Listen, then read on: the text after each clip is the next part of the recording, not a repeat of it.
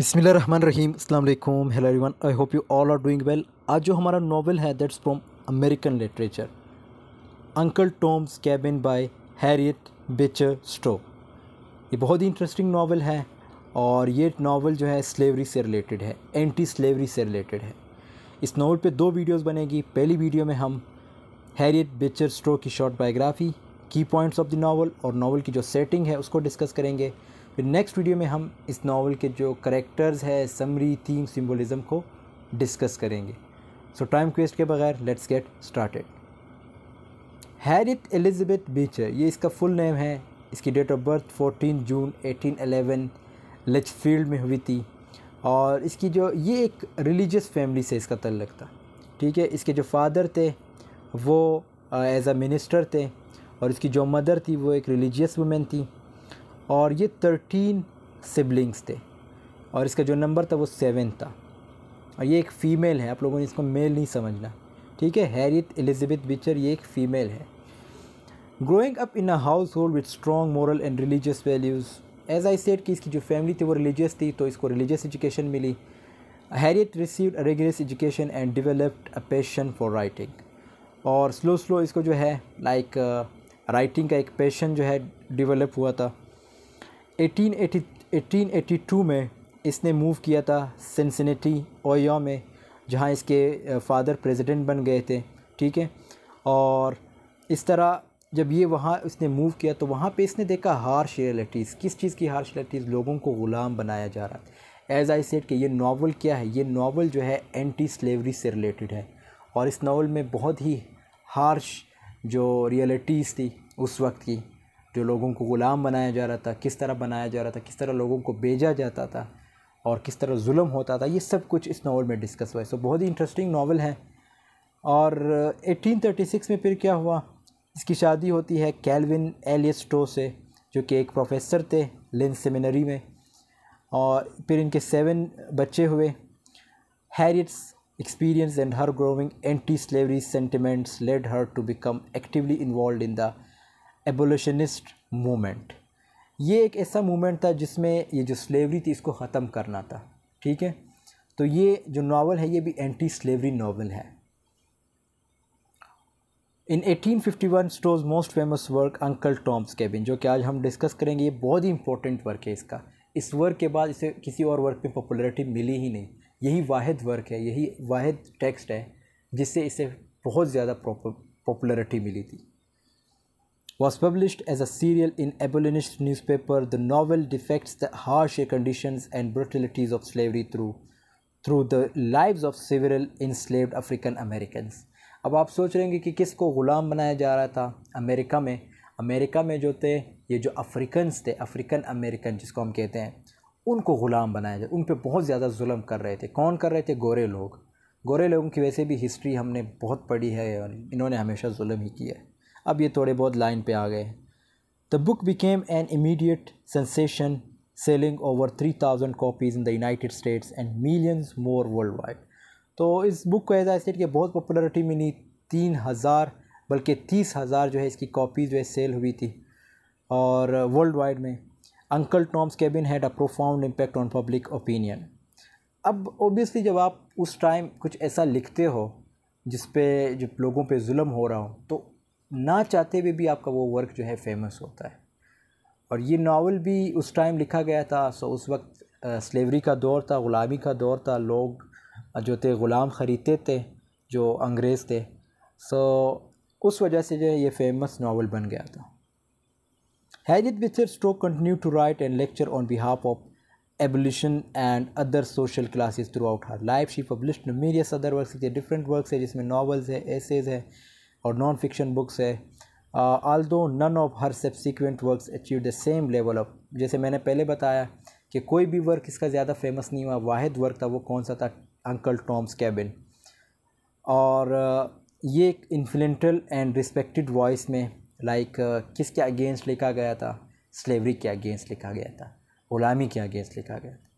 और इसकी जो जो मरने की डेट है वो है 1 जुलाई 1896, Hartford Connecticut at the age of 85 में इसकी डेथ हुई। अब इस नावल के अगर की पॉइंट्स की बात करें तो सबसे पहला पॉइंट है हमारे पास, इसकी जो पब्लिकेशन हुई है वो सीरियल फॉर्म में हुई है, ठीक है। और एंटी स्लेवरी न्यूज़पेपर, ठीक है। इसमें जो है इसकी ये जो नावल है ये एंटी स्लेवरी नावल है। और न्यूज़पेपर जो है like the National Era from 1851 to 1852, it was later published as a 2 volume book in 18। तो ये एक न्यूज़पेपर में इसको पब्लिश किया गया था। और लाइक डिफरेंट टाइम में, डिफरेंट दौर में 1851 या 1852 में हुआ था, या इसकी जो दूसरी वॉल्यूम जो पब्लिश हुई थी वो 1852 में हुई। पहली वॉल्यूम 1851 में और दूसरी जो है 1852 में। प्लॉट की अगर बात करें तो the novel tells the story of several enslaved African American and their experiences under slavery. तो इसमें बहुत से अफ्रीकन अमेरिकन स्लेव जो स्लेव्स हैं उनकी बात की गई है, जिसमें हमारे पास जो मेन प्रोटोगनिस्ट है वो है अंकल टॉम। इस पर बहुत ज़्यादा जुल्म होता है। ये एक रिलीजियस मैन है, करेक्टर है, ठीक है, हमारे पास मेन करेक्टर है। सो इस करेक्टर की वीडियो हम नेक्स्ट डिस्कशन हम नेक्स्ट वीडियो में करेंगे। लेकिन यहाँ पे मैं आपको शॉर्ट बता रहा हूँ कि ये एक हमारे प्रोटोगनिस्ट है, रिलीजियस मैन है, इस पर बहुत ज़्यादा जुल्म होता है और ये ख़ुद अफ्रीकन है, मींस नेग्रो है, ठीक है। और इस तरह जब इस पर जुल्म होता है तो वो जगह छोड़ देता है, फिर इसको जो है भेजा जाता है, क्योंकि ग़ुलाम है ना, ग़ुलाम लोगों को भेजा जाता था किसी और पे, लाइक कोई और इसे फ़रोख्त करता था या अपने जो मालिक थे वो इसे बेचते थे। सो इस तरह ये नावल जो है ये मेन कैरेक्टर के इर्द गिर्द बहुत ज़्यादा घूमता है। कंट्रोवर्सी की बात करें, जब भी आप कुछ लिखते हैं तो उस पर ओबियसली पॉजिटिव नेगेटिव कमेंट सब कुछ आता है और कंट्रोवर्सी होती है। The novel face significant controversy and criticism from pro slavery proponents who viewed it as an attack on the institution of slavery. तो अब जिन्होंने ग़ुलाम बनाया था ओबियसली उन्होंने सबसे पहले क्रिटिसाइज़ करना था, उन्होंने कंट्रोवर्सी क्रिएट करनी थी।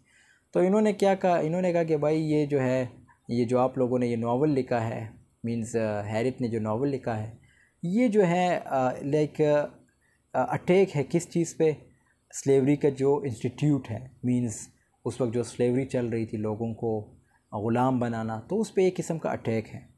Stowe was accused of exaggerating the cruelty of slave owners and defecting an inaccurate portrayal of slavery। तो ये ख़ुद इसको ख़ुद ग़ुलाम बनाया गया था, मींस जो हमारी करेक्टर है, जो मेन जो राइटर है, सो वो ख़ुद इन चीज़ों को नोटिस करती थी, ठीक है, और उसे पता था बहुत ज़्यादा जुल्म हो रहा है। कल्चरल इन्फ्लुएंस की बात करें, Uncle Tom's Cabin became an international best seller and was translated into multiple languages. इसको मुख्तलिफ लैंग्वेजेस में जो है ट्रांसलेट किया गया। It's found plays, adaptations and merchandise including songs and paintings. मतलब इसके जो करेक्टर्स है, ये जो चीज़ें हैं, इसको डिफरेंट सॉन्ग्स में जो है रिप्रेजेंट किया गया, पेंटिंग्स में रिप्रेजेंट किया गया। The characters and themes from the novel entered popular culture with Uncle Tom becoming a symbol of subservience to oppressors and the term Uncle Tom itself undergoing a complex evolution in meaning। तो ये जो character है uncle Tom, ये बहुत ही important character है। ये किस चीज़ को सिम्बलाइज़ करता है, ये हम जब इसकी सिम्बलिज़म देखेंगे उसमें भी आपको मैं बता दूंगा। लेकिन यहाँ पे जो है जैसे इन्होंने लिखा है कि ये किस चीज़ को सिम्बलाइज़ कर रहा है, सबसर्वियंस टू ऑप्रेसर्स, जो लोग इस पर जुल्म कर रहे थे और ये जुल्म के आगे बेबस थे, मीन्स कुछ भी नहीं बोलते थे क्योंकि ये एक रिलीजियस मैन थे। सो आप कह सकते हैं कि अंकल टॉम जो है ये इनोसेंस को जो है सिम्बलाइज़ करता है। Slavery's brutality, the novel portrays the harsh realities of slavery. ग़ुलामी की बात की गई है, जिसमें फ़िज़िकल और साइकोलॉजिकल दोनों अब्यूज़ शामिल होते हैं। किसी भी जो इंडिविजुअल है उसको ग़ुलाम बनाना। Stowe vividly depicts the separation of females, the cruelty of slave auctions and the inhuman treatment experienced by slaves। अब होता कुछ यूँ था कि इसमें सिर्फ ये नहीं कि मर्द हजरात को जो है ग़ुलाम बनाया जाता था, बल्कि फ़ीमेल को जो है उसको भी ग़ुलाम बनाया जाता था और उनको बेचा जाता था। जब उसको कोई अच्छी रकम मिलती थी तो लोग उसको बेचते थे, चाहे फीमेल थी या मेल था, मींस किसी को भी नहीं बख्शते थे। सो ये चीज़ें ओबियसली जो हमारी राइटर है हैरिट, उससे बर्दाश्त नहीं हुई और इसने फिर ये नावल लिखा था।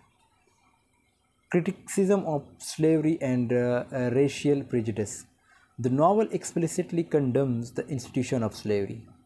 अब इस नावल के आखिर में हमें जो राइटर है हैरिट, स्ट्रो, वो हमें ये भी बताती है कि जो स्लेवरी है इसका मुकम्मल ख़ात्मा होना चाहिए, और ना क्रिश्चियन, क्योंकि ये ख़ुद क्रिश्चियन थी और ये कहती है कि क्रिश्चियन मज़हब जो है वो भी इस चीज़ की इजाज़त नहीं देता। Stowe challenges the notion of white superiority and highlights the humanity and dignity and enslaved African American. तो ये जो वाइट पीपल थे, मींस जो अमेरिकन थे, जो अपने आप को सुपीरियर समझते थे, ये उस चीज़ को भी चैलेंज करती है। ये इस चीज़ को इसलिए चैलेंज करती है, ये कहती है कि ऐसा हो ही नहीं सकता कि जो वाइट है वो सुपीरियर अपने आप को समझे। तो इसलिए अब ये लोग तो ताकतवर थे नहीं उस वक्त, क्योंकि ग़ुलाम थे, और इनके पास एक ही चीज़ थी, वो कलम थी, और कलम के थ्रू जो है ये इनको हरा सकते थे। और जिस तरह ये नावल जब उस टाइम लिखा गया था तो बहुत पॉपुलैरिटी मिली थी, क्योंकि स्पेशली जो अफ्रीकन्स अमेरिकन्स थे उन्होंने बहुत ज़्यादा लाइक किया, फिर वर्ल्ड वाइड भी इसको पढ़ा गया था। अब इसकी अगर सेटिंग की बात करें, ये लास्ट टॉपिक है, फिर इसके बाद इसके करेक्टर्स और समरी, थीम, सिम्बोलिज़म नेक्स्ट वीडियो में देखेंगे। तो इसकी जो सेटिंग रखी गई है वो तो 19th सेंचुरी है, और कहाँ रखी गई है, यूनाइटेड स्टेट मींस अमेरिका में, और इसकी सेटिंग चेंज होती रहती है। ठीक है, सबसे पहले जो इसकी सेटिंग अगर चेंज होती है वो है केनटकी। केनटकी ये एक जगह का नाम है जहाँ पे ये जो ग़ुलाम थे, जो स्लेव्स थे, उनको रखा जाता था, एक स्लेव स्टेट कहा जाता है इसको। ठीक है, द शेल्बी प्लांटेशन, शेल्बी एक करेक्टर है, वहाँ उसकी प्लांटेशन थी, और इसने एक ऐसे करेक्टर को ग़ुलाम बनाया था जिसका नाम है, जो हमारे प्रोटोगनिस्ट है, लाइक टॉम्स के, ये जो अंकल टॉम, इसको ग़ुलाम बनाया था। ठीक है, किसने बनाया था, शेल्बी ने। और मिस्टर शेल्बी, इसका एक बेटा भी है जिसका नाम है मास्टर शेल्बी, यही मास्टर शेल्बी और शेल्बी। ठीक है, तो ये दोनों ने जो है, ये जो अंकल टॉम है इसको ग़ुलाम बनाया था, और इसकी जो वाइफ है, लेकिन इनका बिहेवियर इतना बुरा नहीं था अंकल टॉम के साथ। लेकिन फिर एक वक्त ये जो हमारे पास कैरेक्टर है शेल्बी, ये जो है फार्मर थे, सो इस पे कर्ज़ा बहुत ज़्यादा होता है, और कर्ज़ा चुकाने के लिए इसने क्या किया, अपने जो ग़ुलाम थे, यानी जो इसके नौकर थे अंकल टॉम, उसको बेच देते हैं। फिर दूसरी जो सेटिंग रखी गई है वो है लुइसियाना। लुइसियाना ये एक significant portion of the novel takes place in Louisiana, a slave state. ये भी एक स्लेव स्टेट है जहाँ पे लोगों को बहुत ज़्यादा लाइक गलत वे में ट्रीट किया जाता था, इंडिविजुअल्स को गलत वे में ट्रीट किया जाता था। जिस तरह अंकल टॉम को एलिज़ा, ये करेक्टर है एलिज़ा हैरिस, ये दूसरा करेक्टर है। ठीक है, सो इन दोनों को, इन सब को बहुत ज़्यादा मारते थे ये लोग, और लाइक एक किस्म की डिफ़िकल्टीज़ का सामना ये करेक्टर्स जो है करते आ रहे थे।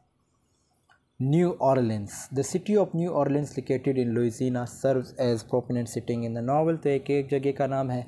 फिर ओयो जो है ये एक जगह का नाम है। ये जो है it serves as symbol of hope. तो ये एक ऐसी जगह है जहाँ से ये जो ग़ुलाम थे इनको एक होप मिलता है कि हम यहाँ से जो है अपने आप को आज़ाद कर सकते हैं, एस्केप्ड स्लेव्स। कनाडा भी इसकी सेटिंग रखी गई है, कनाडा में भी रखी गई है। Towards the latter part of the novel the setting shifts to Canada, particularly the city of Montreal, Canada, with its commitment to anti-slavery laws represent ultimate freedom for escaped slaves. Characters find refuge in Canada where they can live. तो यहाँ पे जो Canada है ये इसलिए भी mention है, Canada एक वाहिद ऐसी जगह थी जहाँ पे ये जो ग़ुलाम थे ये आज़ाद थे। मींस ये जो अमेरिका से भागते थे कनाडा की तरफ, तो कनाडा में इनको कोई भी हाथ नहीं लगाता था। मींस ये आज़ाद थे, आज़ाद घूमते फिरते थे। ठीक है, अमेरिका में ग़ुलाम थे, और जब अमेरिका से ये लोग अपने आप को तब निकाल सकते थे, तभी ये जा सकते थे जब इन्होंने कनाडा मूव करना था। और कनाडा जाने के लिए इन्होंने भी बहुत सी डिफ़िकल्टीज़ का सामना करते थे। तो दोस्तों यहाँ पे हमारी वीडियो की एंडिंग होती है। नेक्स्ट वीडियो में एज आई सेड कि हम कैरेक्टर, समरी, थीम, सिम्बोलिज़म को डिस्कस करेंगे। मिलते हैं नेक्स्ट वीडियो में, तब तक के लिए अल्लाह हाफ़िज़, टेक केयर।